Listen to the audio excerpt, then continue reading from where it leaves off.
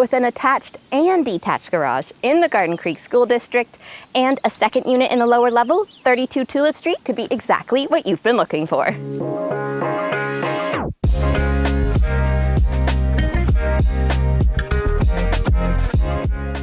Upstairs, you'll find a living room with a fireplace and views of the Woolastook River, followed by the dining room with a ductless heat pump, which leads to the spacious kitchen with doors to the back deck. Outside, you've got the composite deck with stairs to the large backyard.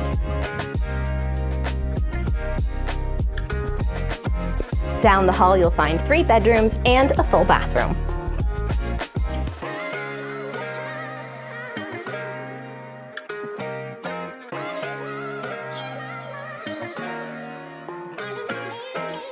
Downstairs, you'll find the home's laundry and inside access to the lower unit. The downstairs unit has 2 bedrooms, its own laundry, and it's on a separate meter. Thanks for watching. For more information on 32 Tulip Street, visit frederictonhomes.com.